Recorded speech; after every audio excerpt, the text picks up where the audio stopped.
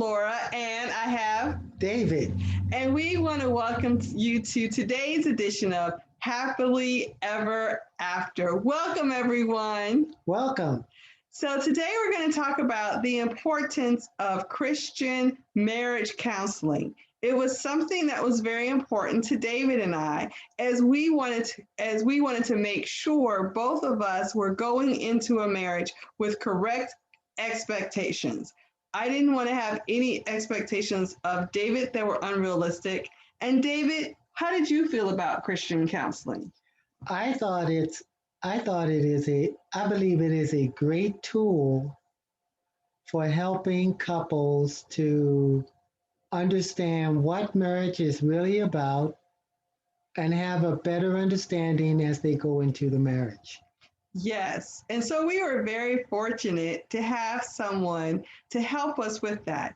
We wanted someone who was knowledgeable, who was Christ centered, and who was non biased.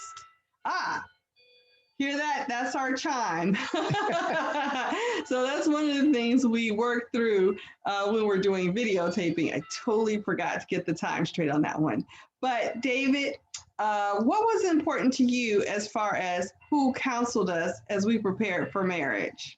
Well, we both agreed that we wanted a Christian couple, someone who believed in God and Jesus Christ, and someone who um, have experienced many different things about marriage. So that's what we both wanted. And we wanted someone who knew us, but someone who would be neutral, not to favor me or David.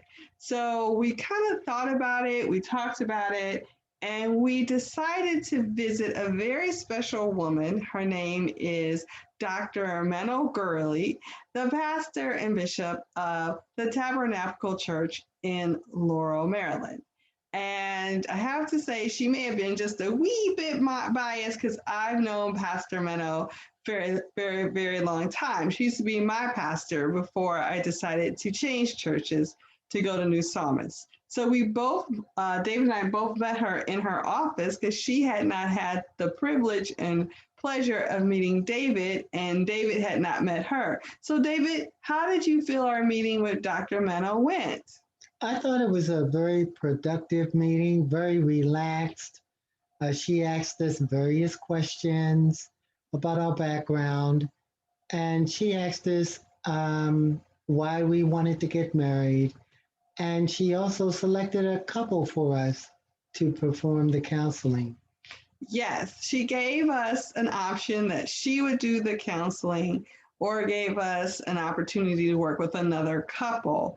And since Pastor Gurley, Dr. Gurley, her husband died in 2016, she's managing the church, not alone, but it's a lot of responsibility, and they have been married several years. So we decided it would be best for her and for us to meet with one of the couples in the church who did marriage counseling. And they were Don and Brian Jackson. All right, Don and and Brian. and they would love to be with us, but they are currently moving. And so they're doing a lot, but we do have their permission to talk about our counseling session with them and how it went. And so one of the things that we did, I think the first time we met at their home, Yes, we did. and one of the first things they did was they welcomed us to their home. We met their dog, Mackenzie, and Mackenzie wanted all of the attention, as most love dogs do. But I think what was so imperative is that they were open to us. They were willing to counsel us without any charge. And one of the first things they did was they gave us this book. And you better read it, It baby. says, Preparing for Marriage. Discover God's Plan for a Lifetime of Love. This is David's copy. We each got our own copy. I have my copy, but I have no idea where mine is.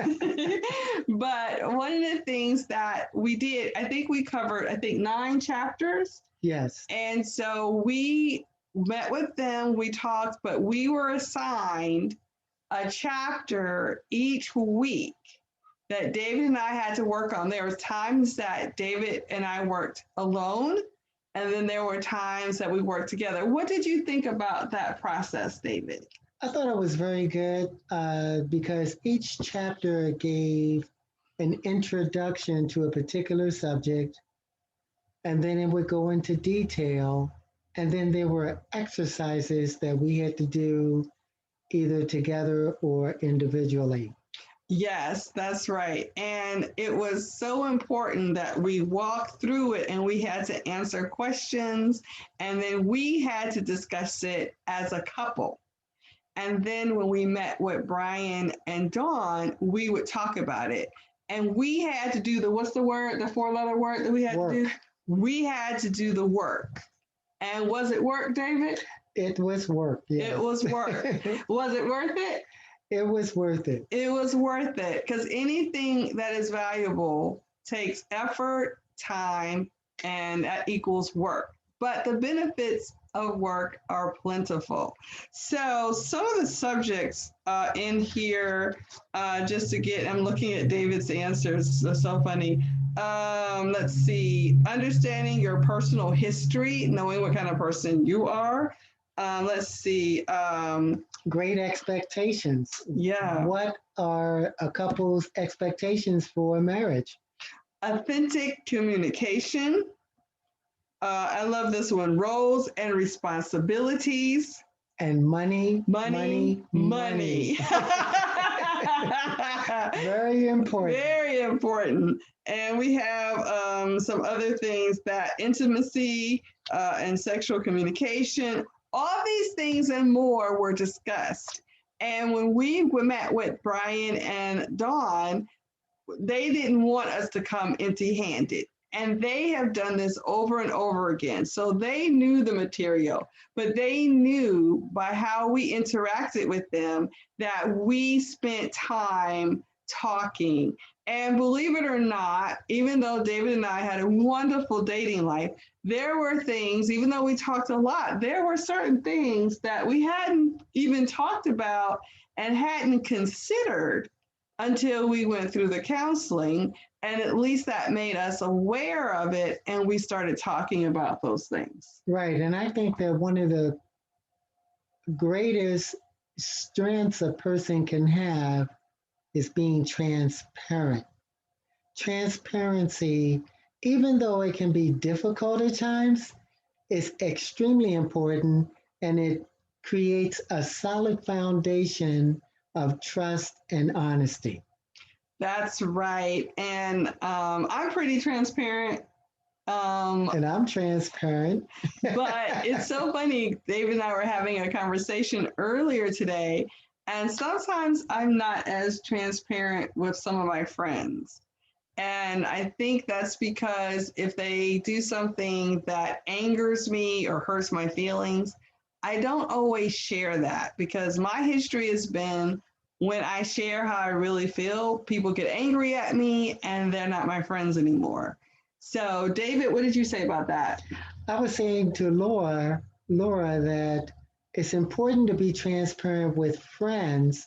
And if that person is a true friend, they will listen and accept and acknowledge what Laura has to say.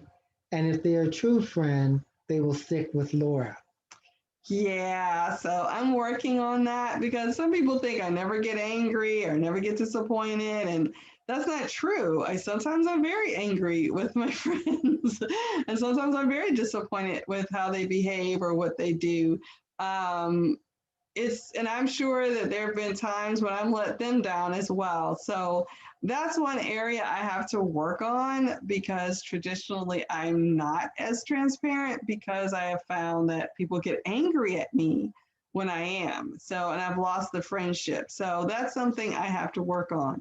But you know what? Relationships are work. They're, the dating and the going out, that's fun. But that's not every day. Can we go out every single day of the week? No. So we have to learn to work together. So I would advise, and David, you can share what you want to share, that any couple that is considering marriage go through counseling. Now, we're Christians. We wanted our counselors to be Christians as well because we are God centered and we pattern our marriage based on the word of God. We're not basing it on cultural norms. We're not basing it on what's hip today or what's not hip today. We're basing it on who God is. David, would you like to say something about that? I would just like to say that if Christ, Jesus Christ, is the center of the couple's relationship, then that couple can withstand any sort of challenge, any sort of turmoil in their marriage, and that they will be able to communicate and talk through things. So I would say that.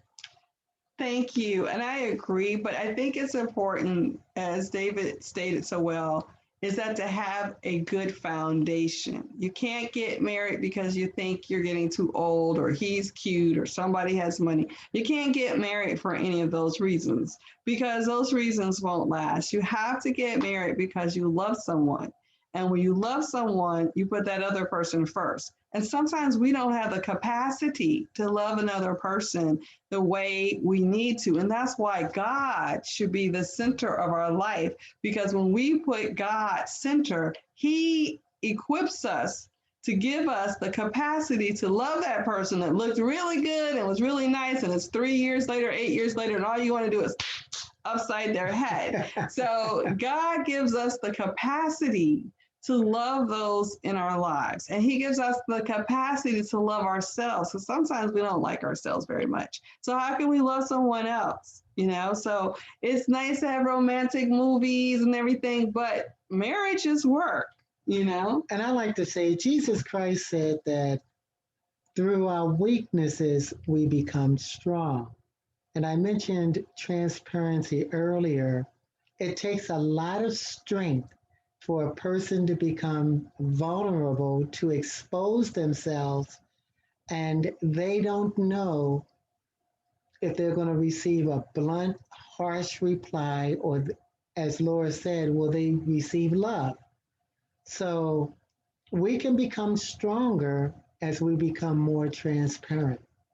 And in all things, we must use wisdom. And we can't always rely on our own wisdom, but godly wisdom. And that's why it is so important to go through Christian counseling through someone who's neutral. Because even though Dawn and Brian went to the Tabernacle Church, I knew of them and we saw each other, but they really didn't know me personally, and they really didn't know David. So they got to start with us with a blank slate, and they didn't take sides, and they listened very closely to what we said. They let us do a lot of talking.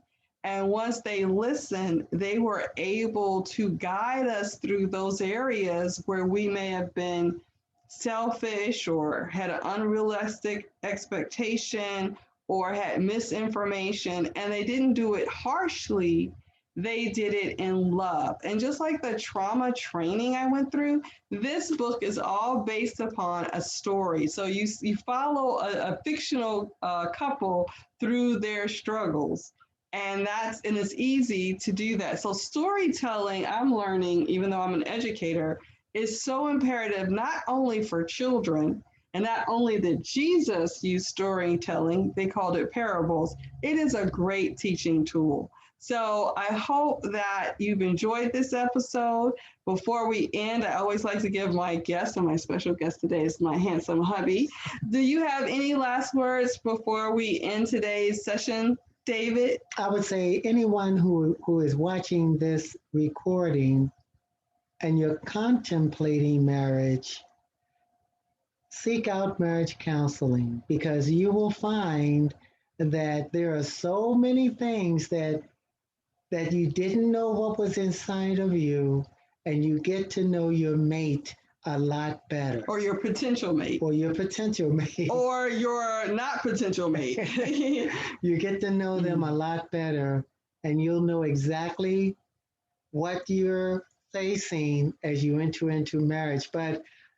And once we did get married, we're still learning about one another. Yes. So there are limitless things. As long as a person is married, as long as that couple is married, they will find that there are still things that they didn't know about the other person. So, but with marriage counseling, it's a good start. It certainly is. Thank you so much, David, for joining me today for Happily Ever After. And thank you, everyone, for joining us and listening. We'll see you next time. And just think, we're approaching our first year anniversary, a couple who are newlyweds during what?